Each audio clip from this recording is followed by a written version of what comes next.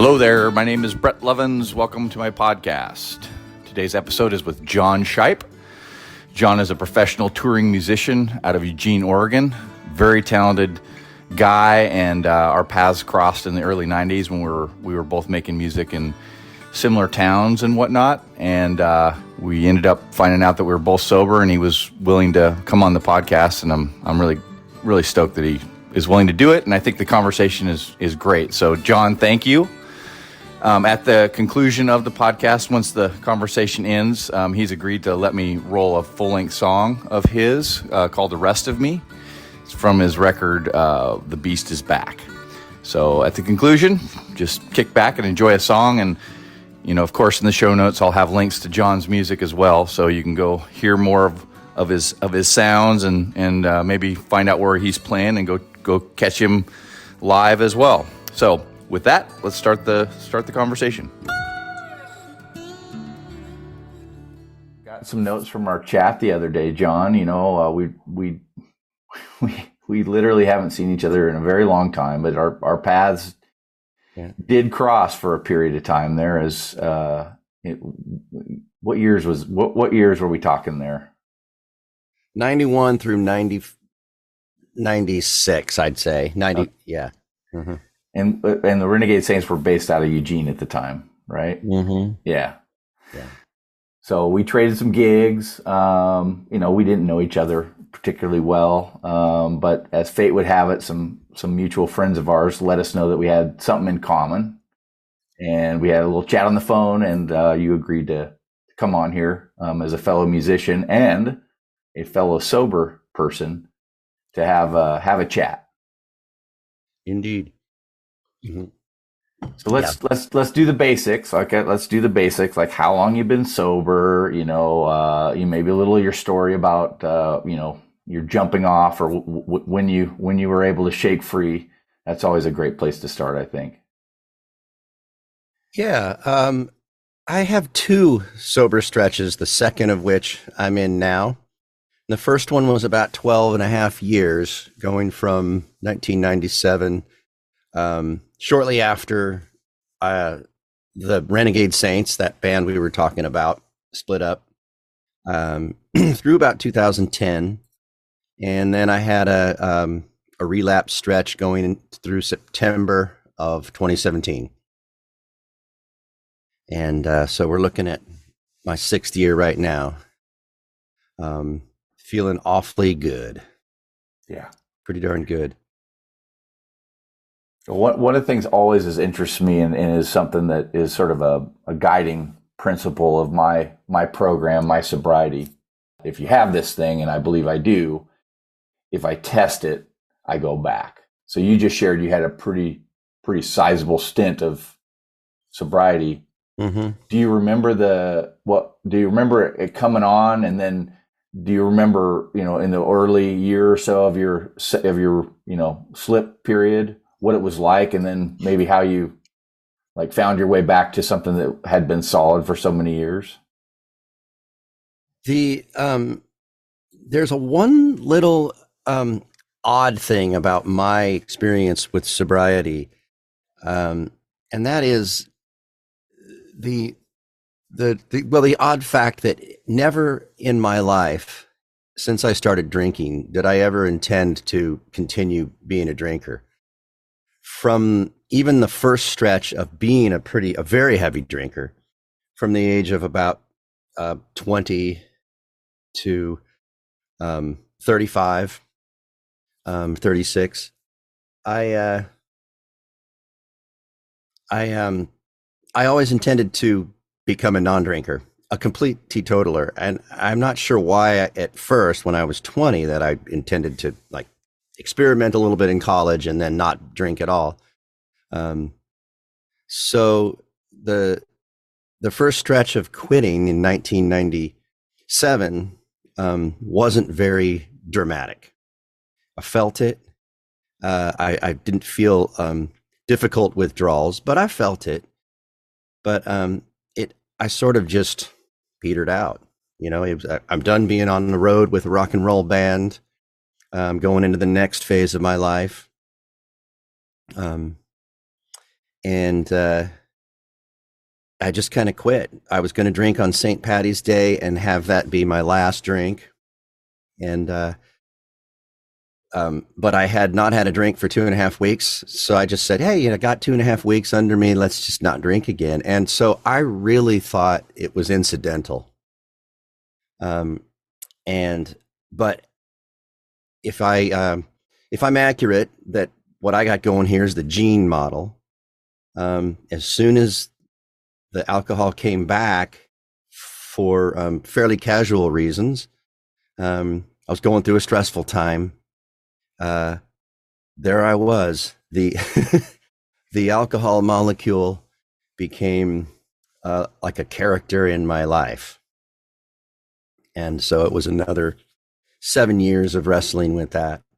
So that was the weird thing, is I didn't think of myself as someone on the journey, the sober journey between 1997 and 2010.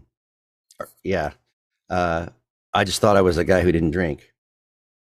That's not to say I didn't talk about occasionally what it was like to have been a drinker compared to being sober at that time.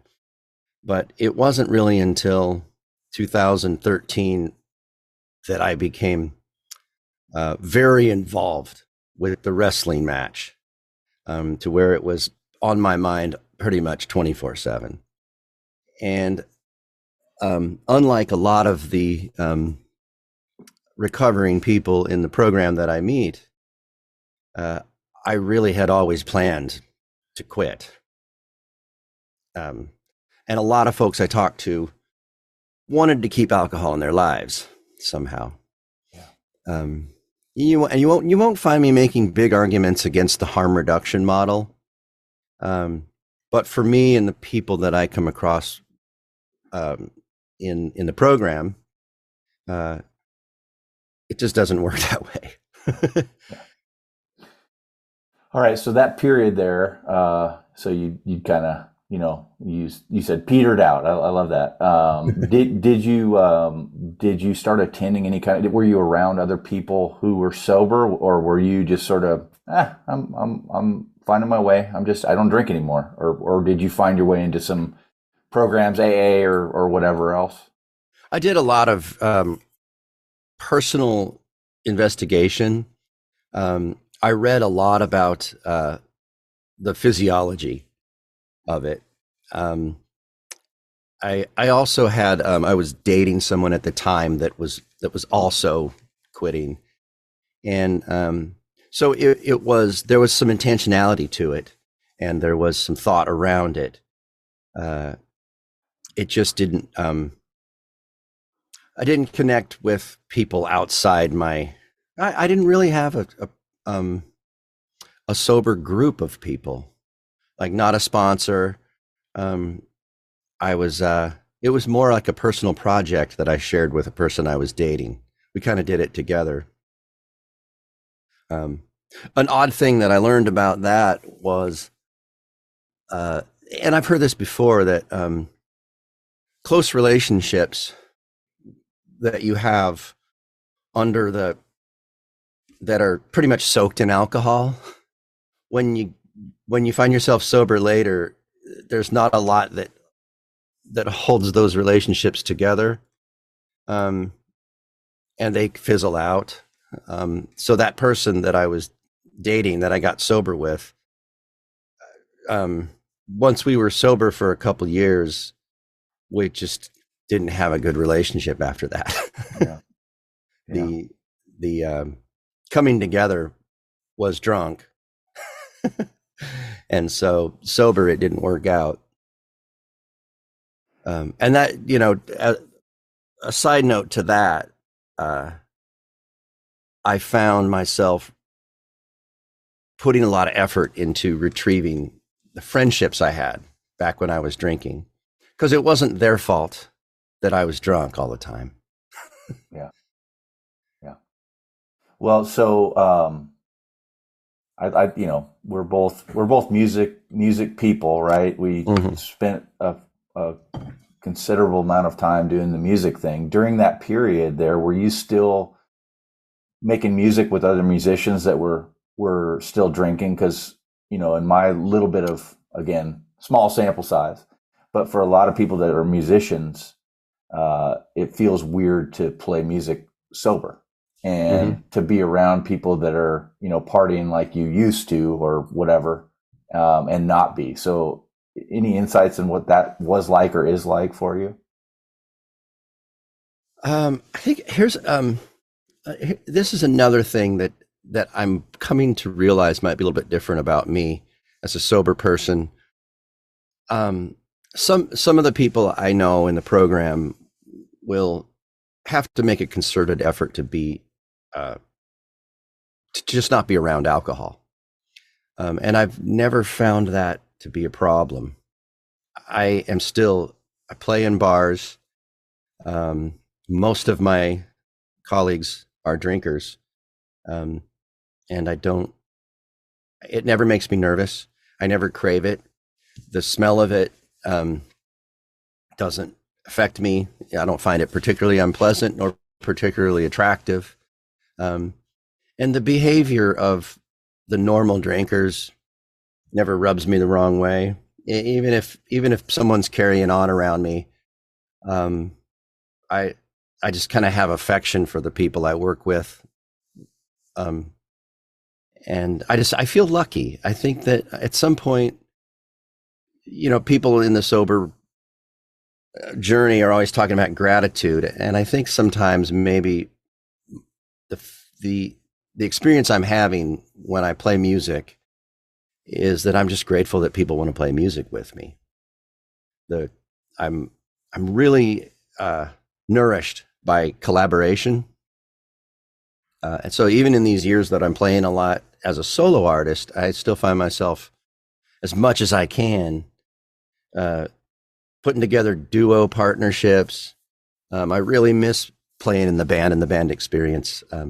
So I think the camaraderie for me outweighs any sort of anxiety I might have by being in these situations where the alcohol flows. And for some people, drinking seems to be part of playing music. Smoking weed seems to be part of playing music. That just kind of goes over my head. I'm never really thinking about it. But more importantly, when I was being intentional about getting sober and rewiring my life experience as a person who was not drinking, I was also at the same time very intense about my growth as an artist. And that almost supersedes everything. And I found that the kinds of things you do to become a better artist really overlap with the kinds of things you do to recover from addiction. It's different language, but the 12 steps in AA are almost the same thing as if you could come up with 12 steps to unblock yourself creatively, become more prolific as a songwriter. They accomplish the same task. I keep mentioning the program, and but I think it would be fraudulent for me to say that I'm in the program in a way that would give you the impression that I go to meetings every day or once a week and I do the steps and I think about the steps. I kind of lost track of where I was with the AA 12 steps around the 6th and 7th step because I just found myself doing those things in my life. As an artist, as a person, as a human being. I used to joke in AA about how it's a shame you have to be an alcoholic to do this program because it seems like everybody ought to be doing these steps in some fashion. When you get around the 7th and 8th step, it becomes less about yourself and more about helping others. After you make amends, you dive into maybe you become a sponsor. but sharing the message, being a bit evangelical about it. That's where I sort of lost track because I just kind of incorporate that into my life. I have a background. When I was really young, I had a stint with evangelical Christianity. So I was already kind of prepped for things like atonement and forgiveness, compassion. Those things stayed with me in spite of the fact that I had left. I kind of had left the church in my college days. But certain things stayed with me, the psychology of atonement, forgiveness, and moving to help others, the compassion and empathy. So I can't say that I'm really in AA, except to the fact that it informs my experience. I'm like a dabbler by this point. But I was pretty intense about it in 2016, 2017, 2018. Yeah, it's wonderful. It's there. I joke, but I'm mostly serious. It's the Starbucks of recovery because there's one in every corner at every hour, and it's mostly consistent. And yeah, for me too, is a massive part of my journey as well. Though sounds like similar to you, I was definitely in it deep. And yet I was still, it's going to be hard for me to always just go, just because it says it in the big book, that means it's true kind of a thing. Or, and certain things meant something different to me now than they used to. But we just talked about the steps. So those that are listening that aren't, AA folks, I'm going to put a link to the steps in the chat, which is really easy to get to because you do a Google search for those and they're going to come right up. There's 12 steps, 12 traditions. So that might be kind of interesting. And to John's point, I'll just add to that, if you read those steps with sort of philosophical mind, open mind, and maybe apply it to something besides you used just now, artistic block. That's fascinating. I can't wait to do that. But to me, the steps are just a really, really great way to start a conversation with myself or with others about any number of things, and especially if you don't get hung up on some of the words, which some of us do. This guy. So, yeah. So let's do let's talk a little bit about anonymity, because we were playing with that just now. I feel like we were on the edges of that. So here you are on a podcast. You shared some of your story. Obviously I'm going to put this on the web. So what's it feel like to, tell me about your anonymity or your idea of what it means to be a sober person, close friendships, or in this case, people you don't know hearing this stuff. Well, oh man. My personal answers to that question are really complicated. In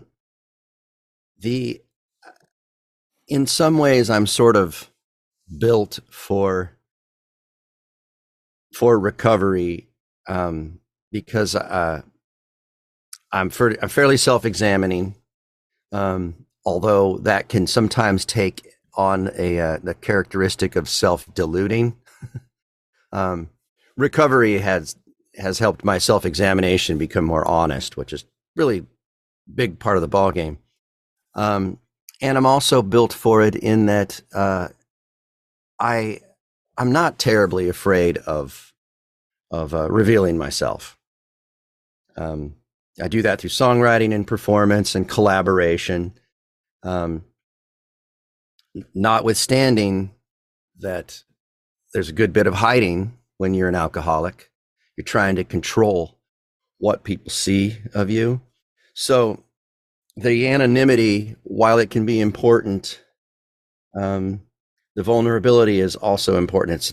It's a paradox. Being an addict means hiding.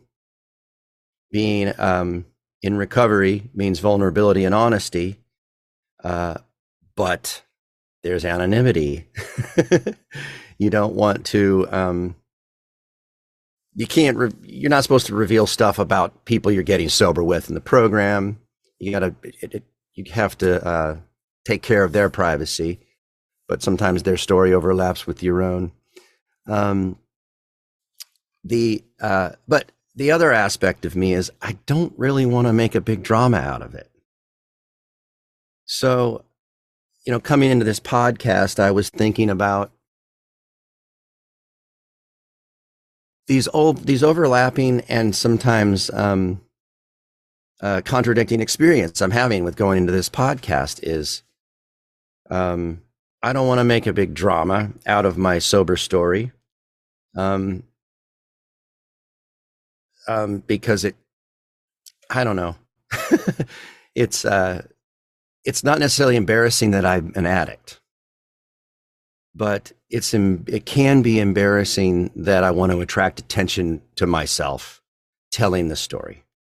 So then I have to ask myself, however, is it important for me to be vulnerable for other people to see? Do I need to share this story for other people to identify with, or to be encouraged by? So all those kind of contradictory thoughts come into this. Vulnerability is really important in being a public person, artist, and in being connecting with others in the sober journey. I mean, I don't even like to use terms like sober journey. But when I put out my last album and I was having a chat with my PR person, excuse me, she insisted that I put this story in my promo. She said, you need a story. Everybody needs a story. If they want to get out there these days, you can't just put the music out and make a flyer and a website. You have to give people your unique story. And my thought was, I don't really want to do that. That kind of seems cheap and manipulative. So I'm wrestling with this issue of, am I manipulating people into paying attention to me because I have this unique drama of addiction and sobriety? Or is it something people ought to hear about me? And then all those things notwithstanding, how much of the drama of telling my story is just more about me being afraid to be vulnerable? Yeah. Well, I know that sounds kind of all convoluted. That's kind of where my brain goes. Well, it's funny, John, like similar to you, or I don't know if similar to you.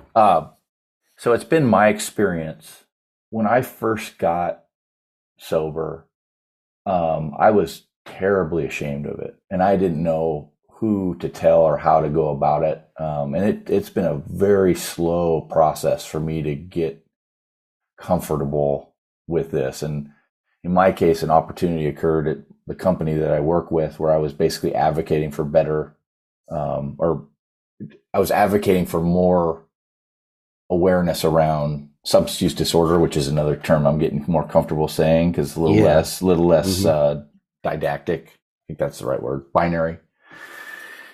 And it just so happened that in order to do that, I led with my story, and that sort of helped me get in some doors that I don't think would have been as well received. And then that just sort of turned into, well, as long as you're willing to tell your story to us, how about telling it to the whole company? And that was in October. Oh. And so, but I'm also a really big believer in, the 12th step. If you go to the show notes and you go to the 12th step, it's really about helping people. Mm-hmm. And I didn't need that step there, right? Like I don't need that on a piece of paper or any instruction. That's built in for me. My experience of trying to figure out what the heck was wrong with me was so terrifying and so frustrating and so confusing. And when I finally found out that I wasn't alone and I wasn't unique, it was a game changer for me. Mm-hmm. But the son of a gun is it's hard to, well, it was for me. Other people's different. Everybody's got their story. I wasn't going to set foot in AA. No way. No chance. Not going to happen. Mm-hmm. And then when I finally did, it was hard for me to stay there. But what I heard around me was, oh my goodness, you mean you did that and you did that and you did that? All of a sudden I felt a lot better. And so this opportunity to potentially normalize or just make it, like you said, matter of fact, it's no big deal. Brett doesn't drink. I just came back from a family deal, right? People are having drinks and stuff. I'm drinking Perrier and it's cool, right? And I love that the kids all see Uncle Brett, he drinks quite a bit of sparkling water, that guy. LaCroix is, yeah. But it's just that normalization so that maybe, some of these kids or whatever, I don't want to go grandiose, but I've hear things here and there where you do too. If you go to a meeting, somebody pulls you aside afterwards, what you said helped clarify a couple things.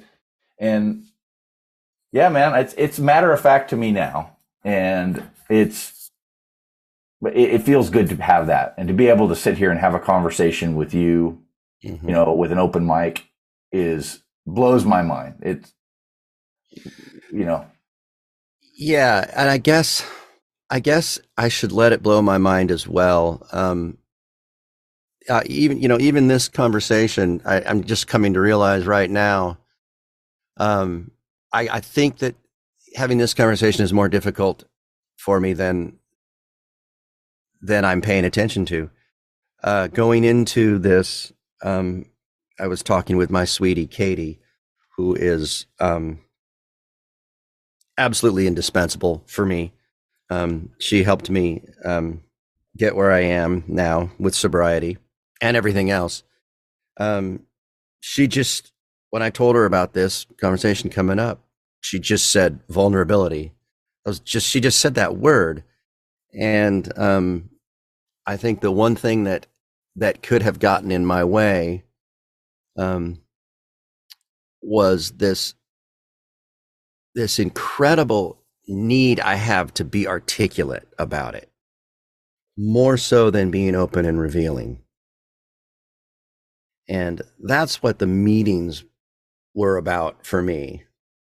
Like you were saying, connecting with other people and being able to, just being comfortable with being an addict, but not just that, having let your life be affected by your addiction in negative ways. That the shame, coming face to face with shame is huge. It's really huge. And that dissipating that shame through facing it and sharing it.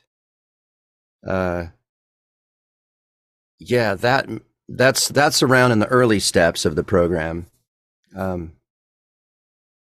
even if you don't like the program and you leave on around step 5, you've gone through that. And that'll get you pretty far down the road. There's the making amends steps that are extraordinarily difficult. But then again, that's a connecting human bonding experience. And sometimes if there's stuff blocking your human bonding and connecting experience that has to do with your behavior, it's your fault that your connections have been contaminated. So facing up to that is reconnecting with people in a different way. When I say different way, I mean the right way. So yeah, it's that vulnerability is something I tend to avoid almost through chatting about addiction in like a writer. Yeah. Like if I blogged about being sober or blogged about memories of being actively addicted, I would be thinking more about how great my writing was. Interesting. That's something that gets in the way. Yeah. Yeah. Let's take on another word from our little preliminary chat a week or so ago, and we said, yeah, let's do it. So the word recovery versus recovered. Right. So if you've gone to any of these meetings or you hear people talk, that word recovery is common. And usually when an AA meeting starts, for example, or when somebody starts talking, they'll usually introduce themselves as, an alcoholic or whatever. Hello, my name is Brett. I'm an alcoholic.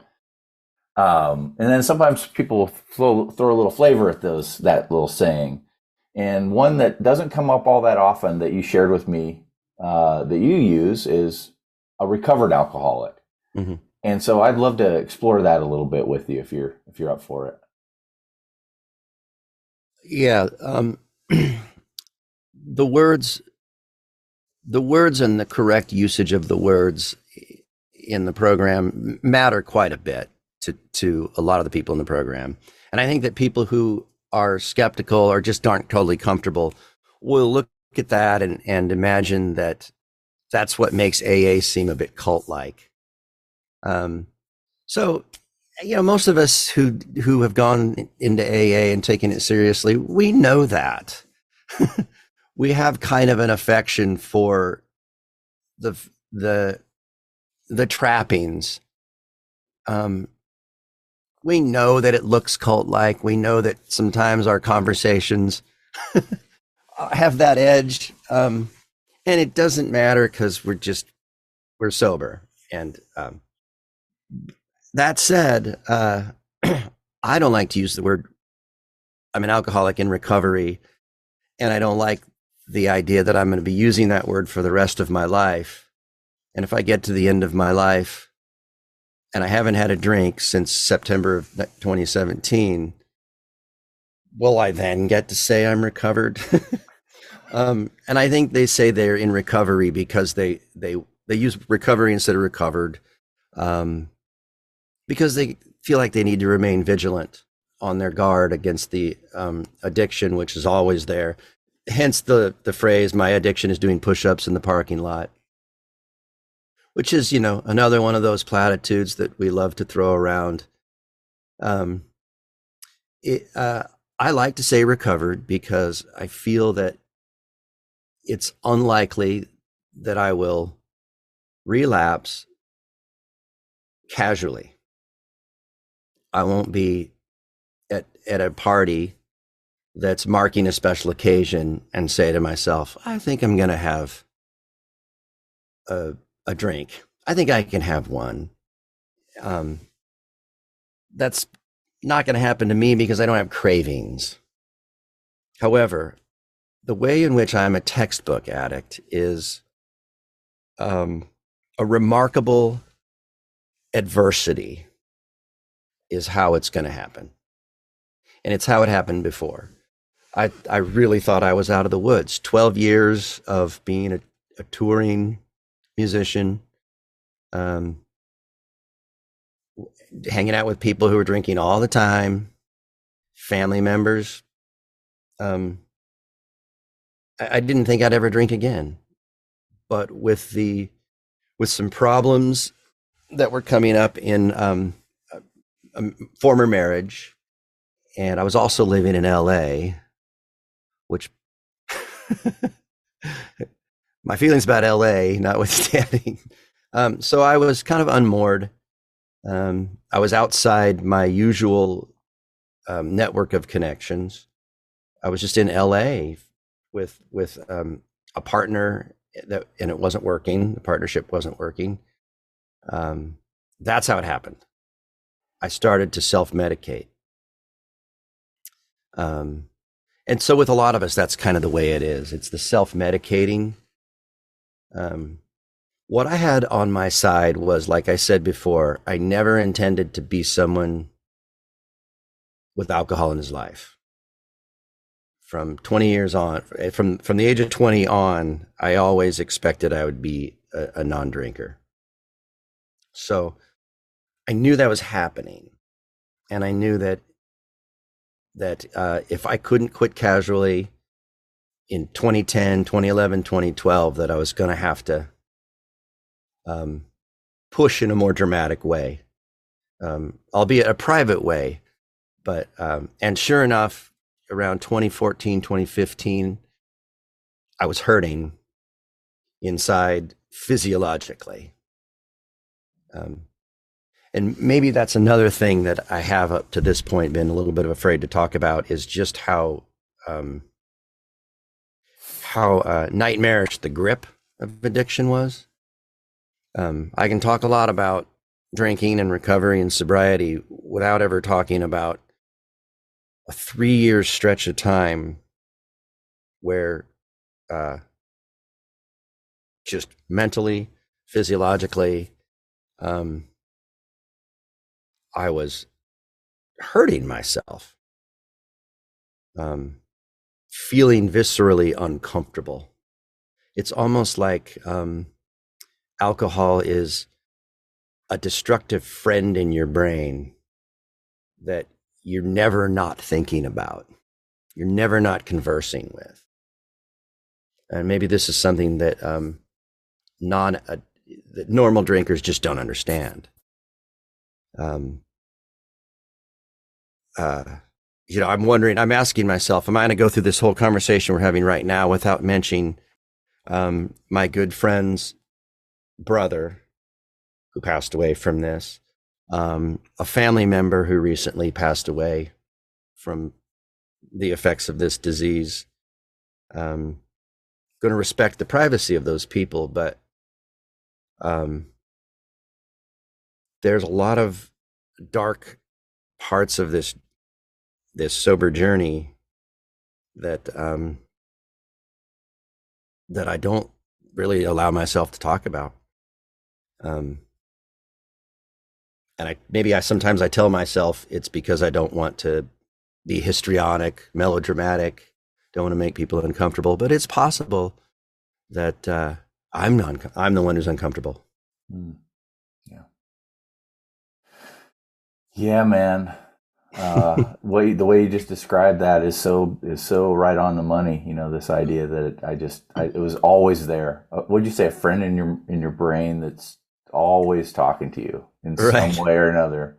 Man, is that not? And so for a normal drinker, and you know, that's part of this gig too, for people who have family who it's just really hard to understand. And that's what's so cool about getting to know other people with this affliction is that you discover, like, that was a beautiful way of describing that. It never was not in my mind in one way or another, and that seems weird because it is. Yeah. And then it finally stops.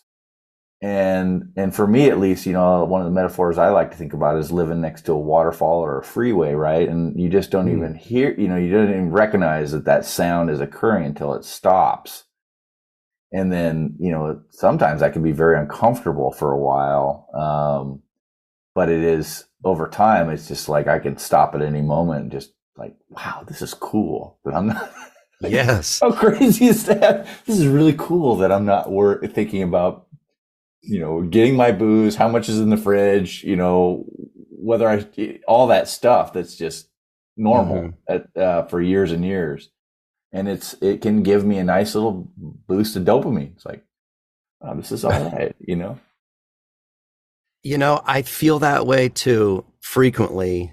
One of the ways I feel it the strongest is when I'm playing music, and either solo or with or in a collaboration, and you have one of those moments when the music is good and you're really tapped in. In acting, they use the phrase leaving yourself alone.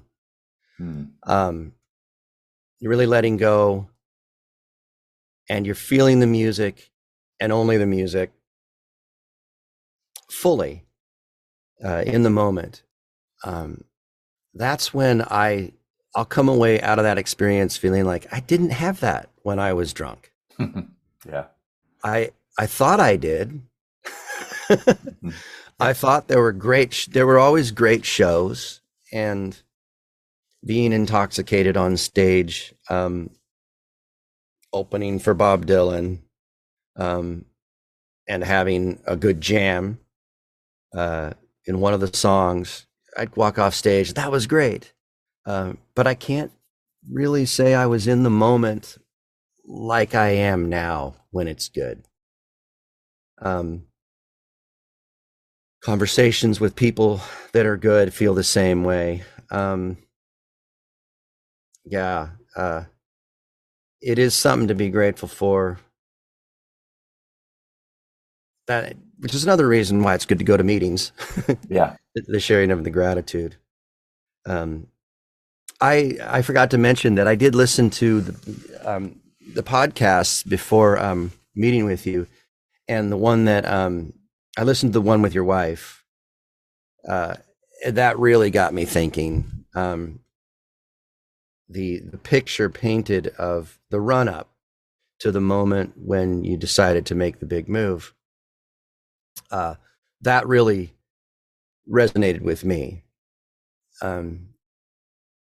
It's the baffling question is how did it get so far when you're closely intimate with someone?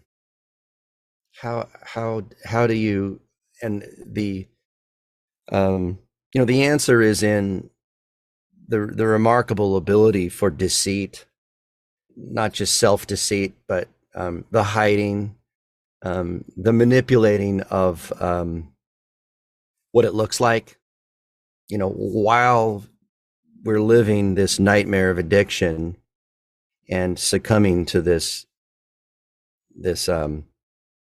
alcohol bad friend in your brain.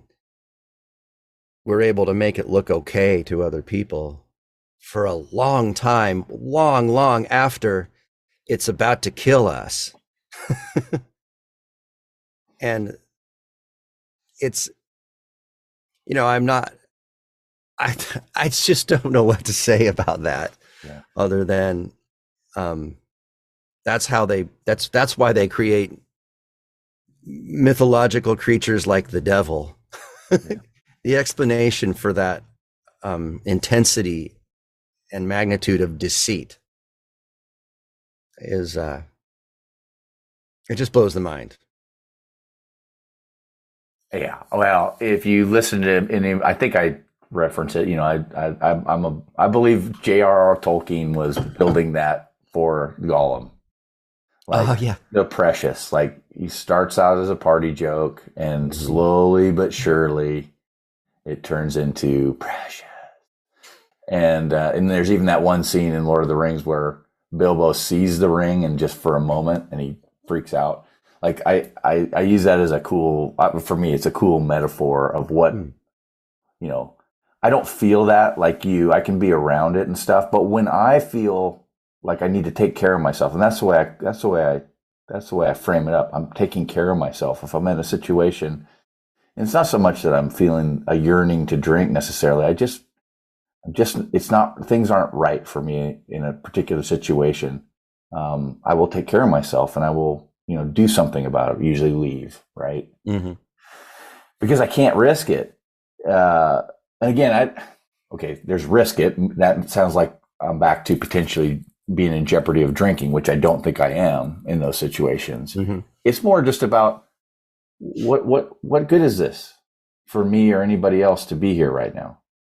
Right. It's not. Mm. And so if we're going to a wedding or whatever, I'll take 2 cars and I don't have at it. Everybody go for it, but I'm just going to, be prepared to, once the 12th beer is hit by some of the people, that it's just not a place for me anymore. So right. I don't know if that resonates with you at all or if you do anything like that, but that's the way I roll with some of this stuff. Yeah, I think that I do. some of that taking care of myself. But I think my life structure is such that I don't find myself in situations like that hardly ever, even though I'm a professional musician. And this is just kind of I just sort of lucked out. I'm the kind of professional performing musician where the gigs are usually from 8 to 10:30 at the latest. Most of the time they're from 6 to 9. And it's solo acoustic music. That's kind of the way it rolls. So I'm usually not in some location after people are really getting sloshed. And also, I don't take breaks at gigs if I don't have to. Yeah. I'll play from 6 to 9 without a break because there's no real reason for me to get off the stage and hang out in a bar. I, now that you mention it, maybe the reason I'm doing that is just unconsciously I developed that trick. So I'm kind of lucky that I'm, in all these years of being sober, I don't have a lot of episodes of someone trying to get me to drink. I'm wondering if that's even a little bit of a myth. The person that says, "Come on, you can have one, just one," that never happens to me. So I think I'm fortunate that I don't find myself in situations that are both stressful and there's alcohol around. A lot of stressful situations around the profession, but I'm pretty immersed into that specific anxiety. And also I'm kind of workaholic. That too, it's been raised by my sweetie, that workaholism is perhaps a little bit of a substitute. And as long as I'm workaholic, that could be an indication that I'm not fully evolved. That if I, what's going to happen when I age out of this intensity and amount of activity, and I have to sit around by myself as an old man with a lot of time to fill? It's a good question. It's an honest question, and you have to face it. If you're up for it, I'd like to talk a little bit about your music. Like there's a kinship that I have with musicians. In fact, I told you my home group is a bunch of musicians, right? And so I'd love to hear about your music. I'd love to hear what you're doing, where you're playing. I'd love to, Yeah, when I left my band, not my band, the band that I was in, that was all good friends. We had formed it together in the early 90s. I wasn't leaving professional music. I intended to continue to be the kind of artist that did it all the time, and hopefully it would be my sole profession, that I wouldn't have to have a day job. And I wanted to continue making albums and playing as hundreds of gigs a year if I could. And for the most part, I have managed to continue that. I've had I've had a day job off and on, but this is what I've done. It's what I do in my life. I perform, write, record albums and release them, and I teach. And I'd say the teaching and the performance, about half and half. I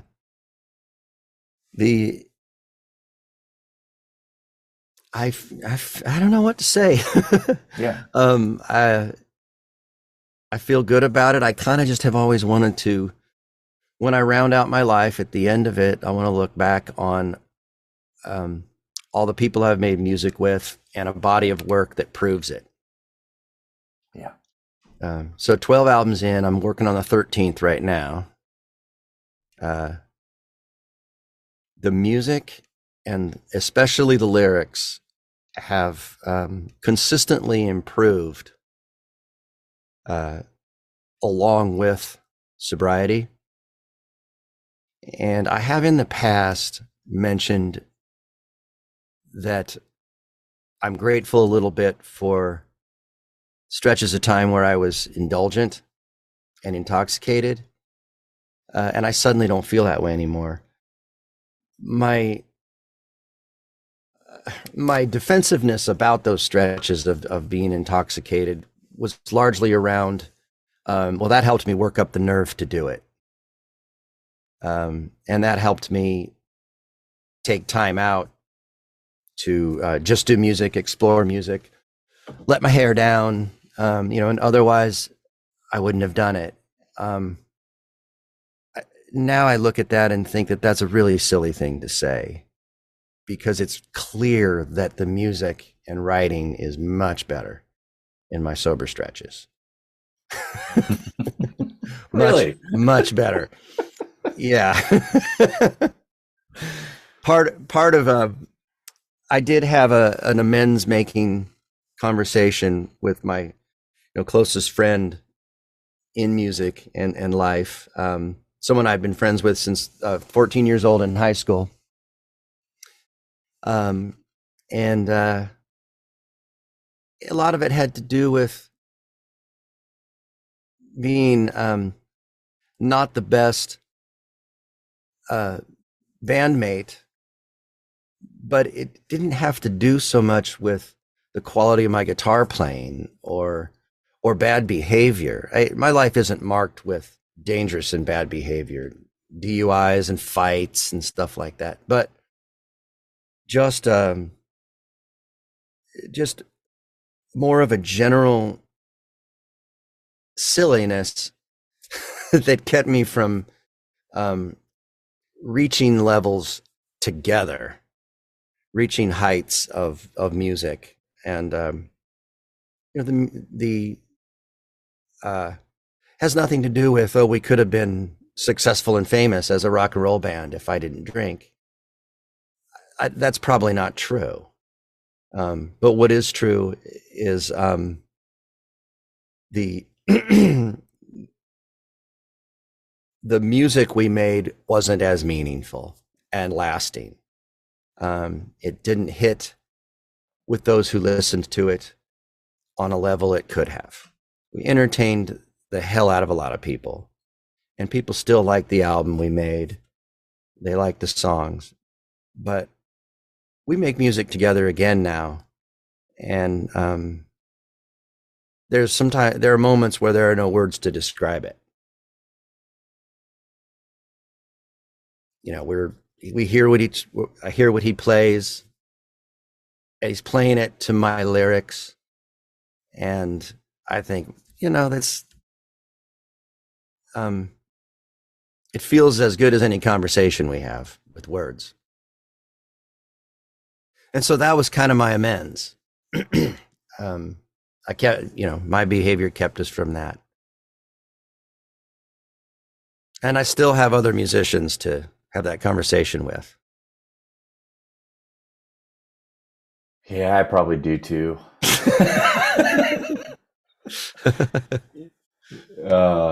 It's funny. We laugh. I laugh.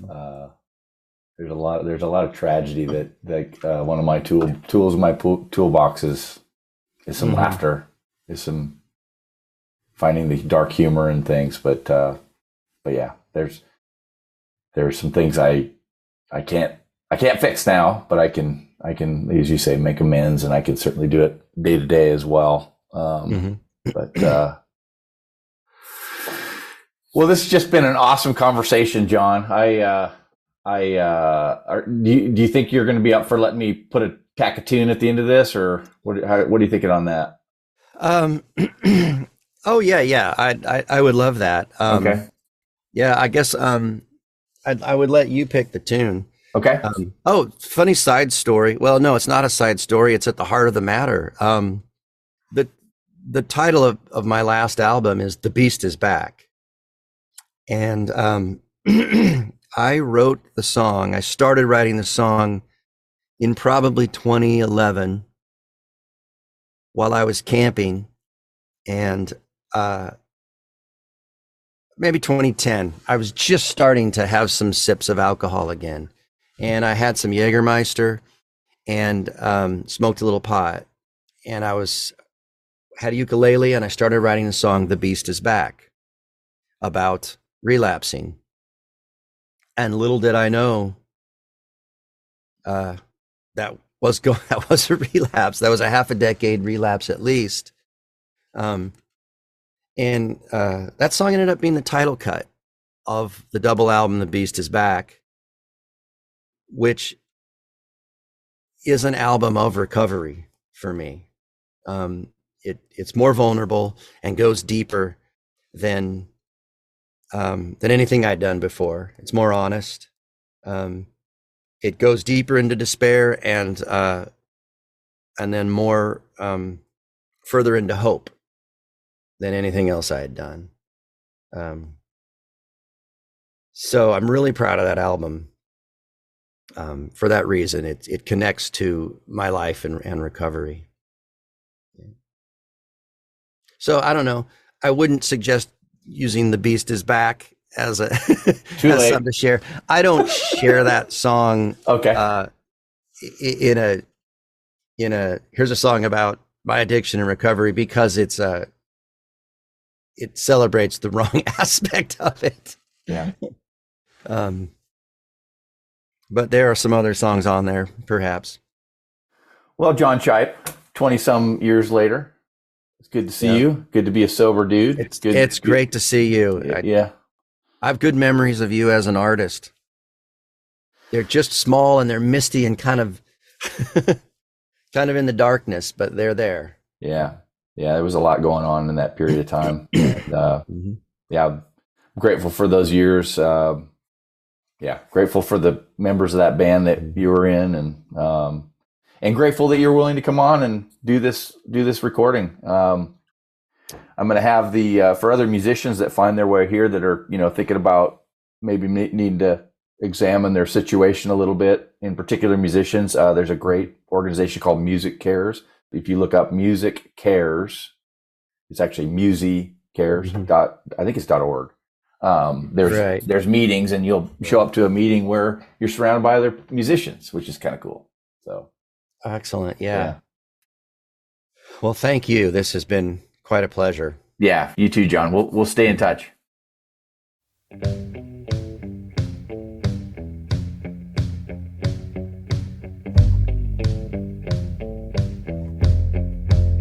You're digging into my history. You think you solved my mystery, and now you got me into therapy.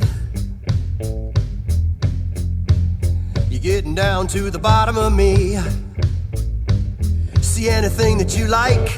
Hey, you can have what's left of the rest of me. After all, you've taken me apart. Put me back together, make the best of me. There's still a little love left in my heart. I'm used to getting things my way. I don't know how I landed in your driveway. I couldn't find my car, I couldn't make my getaway. I couldn't find my wings, I couldn't fly away. No, too late, too late, too late. Hey, you can have what's left of the rest of me. I've got nothing left to hide. I'll ride it out with you if that's my destiny. There's still a little love left here inside. I was walking with a friend of mine. He told me I was on the decline. He could see the warning signs. He said, dude, you better get in line. And I did, and I'm doing fine. Hey, you can have what's left of the rest of me. Now that I've forgotten who I was, nobody's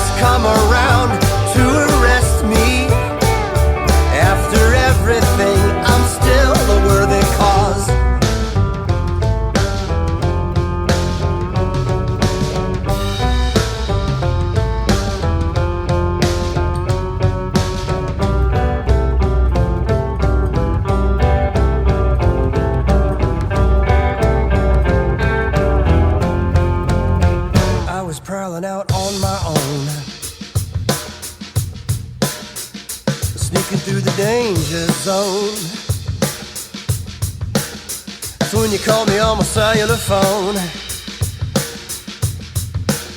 You said, baby, won't you come on home? And I come running.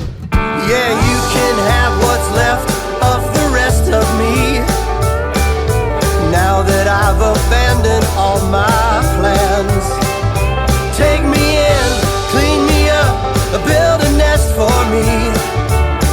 There's still a little love left in this man. Yeah, you can have what's left of the rest of me. Now that we've sorted through my trash, bag it up, throw it out, pass this test with me.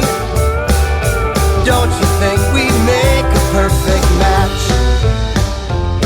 Or don't you think we make a perfect match?